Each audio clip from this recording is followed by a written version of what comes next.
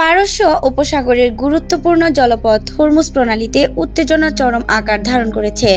মার্কিন president Donald Trump আজ এক ঘোষণায় মার্কিন নৌবাহিনীকে নির্দেশ দিয়েছেন, হরমুজ প্রণালীতে মাইন স্থাপনকারী যে কোনো নৌকাকে যেন দেখামাত্র গুলি করা হয়।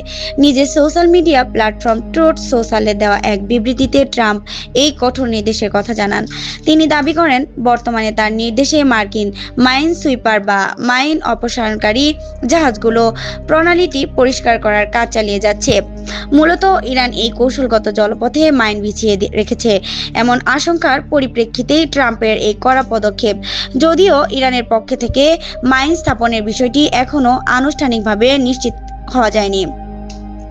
বিশ্লেষকদের মতে হরমুজ প্রণালীটি বিশ্ব অর্থনীতির জন্য অত্যন্ত গুরুত্বপূর্ণ।